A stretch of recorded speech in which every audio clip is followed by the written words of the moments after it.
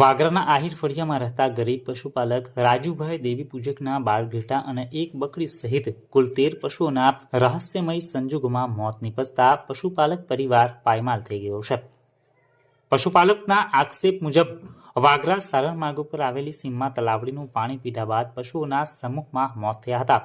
આ ઘટનામાં પશુ ચિકિત્સાલય દ્વારા શરૂઆતમાં યોગ્ય પ્રતિસાદ ન મળ્યો હોવાનો પણ આક્ષેપ કરાયો છે, જેના કારણે સ્થાનિકોમાં પણ રોષ જોવા મળ્યો હતો। હાલમાં અન્ય 16 ઘેટી અને 9 બકરીઓ પણ જીવન મરણ વચ્ચે ઝૂલા ખાઈ રહી છે, ત્યારે પીડિત પરિવારે સરકાર પાસે વળતરની પણ માંગ કરી છે। તો બીજી તરફ વાગરાના પશુ ચિકિત્સક ડોક્ટર સાજિદ વોરાએ ટેલિફોનિક વાતચીતમાં જણાવ્યું હતું કે પશુઓના મોત પાછળ તલાવણીનું પાણી નહીં પરંતુ જંગલી ડુક્કરને મારવા માટે ખેતરોમાં મૂકવામાં આવેલ ઝેરી દવા મિશ્રિત લાડવા ખાવાથી થયેલું ફૂડ પોઈઝનિંગ જવાબદાર હોઈ શકે છે। વિભાગ દ્વારા પશુઓને તાત્કાલિક એન્ટીડોઝ આપી સતત મોનિટરિંગ કરવામાં આવી રહ્યું છે। ડોક્ટરે વધુમાં ખાતરી આપી હતી કે પશુઓના પોસ્ટમોર્ટમ રિપોર્ટ બાદ સત્ય સામે આવશે અને તેના આધારે સરકારમાં રજૂઆત કરીને ગરીબ પશુપાલકને યોગ્ય વળતર આપવા માટેના તમામ પ્રયાસો હાથ ધરવામાં આવશે તેમ જણાવ્યું હતું। ગામ વાગરા રાજુભાઈ મોહન હું આવી રીતે ઘેટા ચાળવા ગયો હતો, ત્યાંથી પાણી પાઈ ને સાંજે આવ્યો।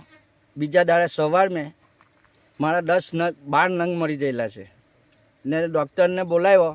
ડૉક્ટર ના આવ્યો, ડૉક્ટરની જગ્યાએ પટાવાળા આવ્યા। પટાવાળા આવી ને ઇન્જેક્શન મારી ગયા, પણ તોય કોઈ હજુ ફેરફાર પડ્યો નથી। 12 નંગ જતા રહ્યા મારા। હવે આ પાણી કઈ આગળ પીવડાવેલું? હું સારણવાળા રોડ પર ગયો હતો। સારણવાળા જે અમારી જ હદમે તલાવ છે એ તલાવમાં પાણી પાઈને આવી ને બીજા દાડે સવારમાં મેં ઉઠીને જોયું 4 થી 5 નંગ 6 નંગ પડેલા।